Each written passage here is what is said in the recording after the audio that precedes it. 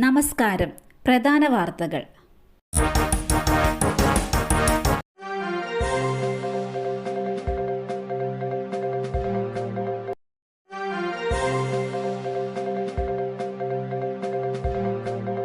തിരുവല്ലയെ ക്ഷേത്രം കുത്തിത്തുറന്ന് വൻ മോഷണം. വിളക്കുകൾ അടക്കം സർവ്വതും നഷ്ടമായി. തിരുവല്ല കിഴക്കൻ മുത്തൂർ പടപ്പാട് ക്ഷേത്രത്തിൽ വൻ മോഷണം. ശ്രീകോവിലും ഓഫീസ് മുറിയും കുത്തിത്തുറന്ന് മോഷ്ടാക്കൾ ഓട്ടുവിളക്കുകളും തൂക്കുവിളക്കുകളും അടക്കം 5 ലക്ഷത്തിലധികം രൂപയുടെ സാധനങ്ങൾ കവർന്നു. പുലർച്ചെ 5 മണിയോടെ മേൽശാന്തി ക്ഷേത്രം തുറക്കാനെത്തിയപ്പോഴാണ് മോഷണ വിവരം പുറത്തറിഞ്ഞത്. തിരുവിതാംകൂർ ദേവസ്വം ബോർഡിന് കീഴിലുള്ള ക്ഷേത്രമാണിത്. പ്രദേശത്ത് മോഷണം പതിവാണെന്നും പോലീസ് ശക്തമായ നടപടിയെടുക്കണമെന്നും ക്ഷേത്ര ഭരണസമിതി ആവശ്യപ്പെട്ടു.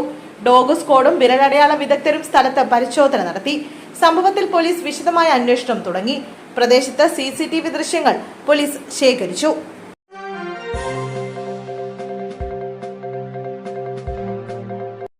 ഫാക്ടറിയിലെ യന്ത്രത്തിൽ തലകുടുങ്ങി തൊഴിലാളിക്ക് ദാരുണാന്ത്യം. ഇടുക്കി പട്ടുമലയിൽ തേയില ഫാക്ടറിയിലെ യന്ത്രത്തിൽ തലകുടുങ്ങി തൊഴിലാളി മരിച്ചു. പട്ടുമല സ്വദേശി രാജേഷ് ആണ് മരിച്ചത്. 37 വയസ്സായിരുന്നു. രാജേഷ് യന്ത്രം വൃത്തിയാക്കുന്നതിനിടെ തല അബദ്ധത്തിൽ കുടുങ്ങുകയായിരുന്നു. ഉടൻ തന്നെ രാജേഷിനെ ആശുപത്രിയിൽ എത്തിച്ചെങ്കിലും രക്ഷിക്കാനായില്ല.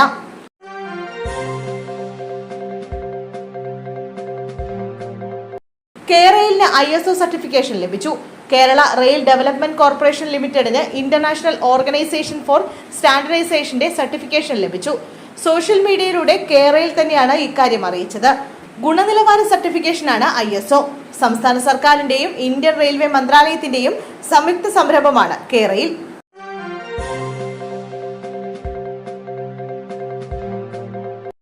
കോഴിക്കോട് ബീച്ച് ആശുപത്രിയിൽ പെൺകുട്ടിയെ പീഡിപ്പിച്ച സംഭവം. ഫിസിയോതെറാപ്പിസ്റ്റിനെ സസ്പെൻഡ് ചെയ്തു.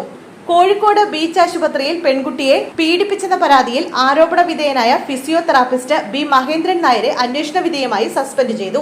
ആരോഗ്യവകുപ്പ് മന്ത്രി വീണ ജോർജിന്റെ നിർദ്ദേശത്തെ തുടർന്നാണ് നടപടി. ഇന്ന് രാവിലെയാണ് ഫിസിയോതെറാപ്പിസ്റ്റിനെതിരെ പോലീസിൽ പരാതി ലഭിച്ചത്. പെൺകുട്ടിയുടെ പിതാവിന്റെ പരാതിയിൽ വെള്ളയിൽ പോലീസ് ആരോഗ്യ പ്രവർത്തകന്റെ പേരിൽ കേസെടുത്തിരുന്നു. പ്രതി ഈയിടെ മറ്റൊരു ജില്ലയിൽ നിന്ന് സ്ഥലം മാറിയെത്തിയ ആളാണെന്ന് പോലീസ് പറഞ്ഞു.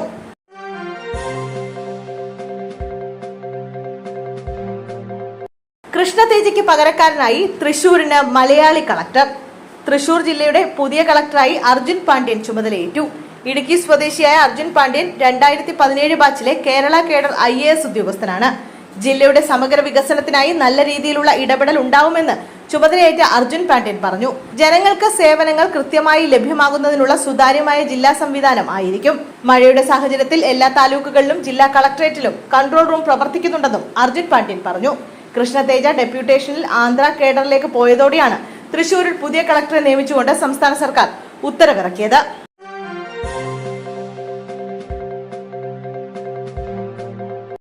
സുഹൃത്തുക്കളായ ആൺകുട്ടികൾക്ക് നേരെ ലൈംഗിക അതിക്രമം. നെയ്യാറ്റിങ്കര സ്വദേശിക്ക് കഠിന തടവ്. സുഹൃത്തുക്കളായ ആൺകുട്ടികളെ ഒരേ ദിവസം പ്രകൃതി വിരുദ്ധ ലൈംഗിക അതിക്രമം ചെയ്ത കേസിൽ നെയ്യാറ്റിങ്കര സ്വദേശിക്ക് 40 വർഷം കഠിന തടവിനും 3.5 ലക്ഷം രൂപ പിഴയും ചുമത്തി. നെയ്യാറ്റിങ്കര മണലൂർ പുതുവീട്ട് മേലെ പുത്തൻവീട്ടിൽ മാധവന്റെ മകൻ ചന്ദ്രനെയാണ് പത്തനംതിട്ട പോക്സോ അതിവേഗ കോടതി ജഡ്ജ് ഡോണി തോമസ് ശിക്ഷിച്ചത്.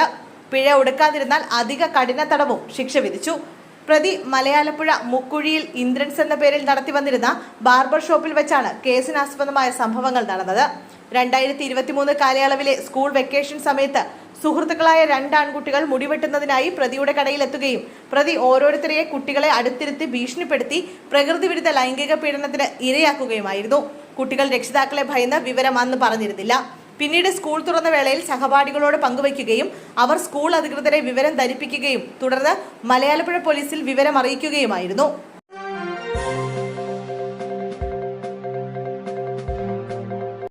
കാർ ബൈക്കിലിടിച്ച് അപകടം.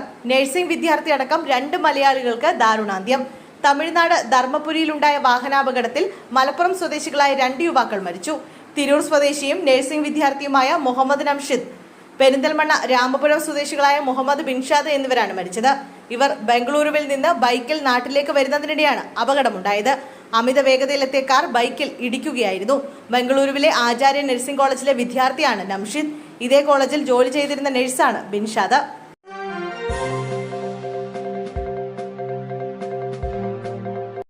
പട്ടാപ്പകൽ കൊല്ലത്ത് ജ്വല്ലറി ജീവനക്കാരുടെ മുഖത്ത് മുളക് സ്പ്രേ അടിച്ച് മോഷണ ശ്രമം. സംഘത്തിൽ യുവതിയും. കൊല്ലം ചടയമംഗലത്ത് പട്ടാപ്പകൽ ജ്വല്ലറിയിൽ കുരുമുളക് സ്പ്രേ ഉപയോഗിച്ച മോഷണ ശ്രമം. ചടയമംഗലം പോരേടം റോഡിൽ പ്രവർത്തിക്കുന്ന ശ്രീലക്ഷ്മി ജ്വല്ലറിയിലാണ് മോഷണം നടന്നത്. മോഷണ ശ്രമം നടത്തിയ യുവാവും യുവതിയും സ്കൂട്ടിയിൽ രക്ഷപ്പെട്ടു. CCTV ദൃശ്യങ്ങളുടെ അടിസ്ഥാനത്തിൽ ഇവർക്കായുള്ള തിരച്ചിൽ പോലീസ് ആരംഭിച്ചു. ഇന്നുച്ചയ്ക്ക് 1 മണിയോടെയാണ് ശ്രീലക്ഷ്മി ജ്വല്ലറിയിൽ മോഷണ ശ്രമം നടക്കുന്നത്. മാലയും കൊലുസും വാങ്ങാനെന്ന വ്യാജേന എത്തിയ യുവാവ് ഏറെ നേരം ജീവനക്കാരോട് വിലപേശൽ നടത്തി. ഒടുവിൽ കൊലുസു മാത്രം മതിയെന്ന് പറഞ്ഞ പ്രതി ജീവനക്കാർക്ക് നേരെ പെപ്പർ സ്പ്രേ പ്രയോഗിച്ചു.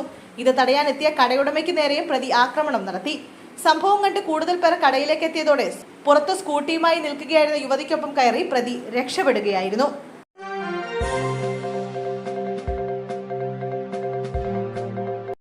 അർജുനെ കണ്ടെത്താൻ തീവ്ര ശ്രമം. തെരച്ചിലിന് സൈന്യമിറങ്ങണമെന്ന് കുടുംബം. കർണാടകയിലെ അങ്കോലയിലെ മണ്ണിടിച്ചിലിൽ കുടുങ്ങിയ മലയാളി ലോറി ഡ്രൈവർ അർജുനെ കണ്ടെത്താനുള്ള തീവ്ര ശ്രമം തുടരുന്നു. രാത്രിയിലും അർജുനു വേണ്ടി പ്രതീക്ഷയോടെ തിരച്ചിൽ തുടരുകയാണ്. കനത്ത മഴയും മണ്ണിടിച്ചിൽ സാധ്യതകളും രക്ഷാപ്രവർത്തനം ദുഷ്കരമാക്കുന്നുണ്ട്. കഴിഞ്ഞ ചൊവ്വാഴ്ചയാണ് ശിരൂർ ദേശീയപാതയിൽ അപകടമുണ്ടായത്.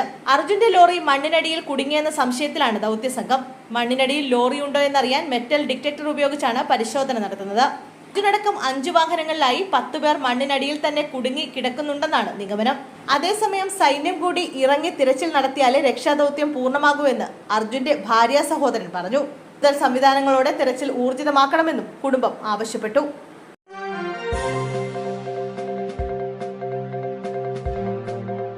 ആലപ്പുഴയിൽ സ്കൂളിൽ നിന്നും ഉച്ചഭക്ഷണം കഴിച്ച വിദ്യാർത്ഥികൾക്ക് ഭക്ഷ്യവിഷബാധ. കുട്ടികൾ ആശുപത്രിയിൽ. ആലപ്പുഴയിൽ സ്കൂളിൽ നിന്നും ഉച്ചഭക്ഷണം കഴിച്ച വിദ്യാർത്ഥികൾക്ക് ഭക്ഷ്യവിഷബാധ. 10ഓളം കുട്ടികളെ ആലപ്പുഴ ജനറൽ ആശുപത്രിയിൽ പ്രവേശിപ്പിച്ചു. കടപ്പുറം ആശുപത്രിയിലും ഏതാനും കുട്ടികൾ ചികിത്സ തേടിയിട്ടുണ്ട്. ആലപ്പുഴ കോമളപുരം ലൂതർ സ്കൂളിലെ കുട്ടികൾക്കാണ് ഭക്ഷ്യവിഷബാധ ഉണ്ടായത്. ഛർദിയും വയറുവേദനയും ഉണ്ടായതിനെ തുടർന്നാണ് കുട്ടികൾ ആശുപത്രിയിലെത്തിയത്. അതേസമയം കുട്ടികൾ എന്ത് ഭക്ഷണമാണ് കഴിച്ചതെന്നുൾപ്പെടെയുള്ള വിവരം പുറത്തുവരുന്നതേ ഉള്ളൂ.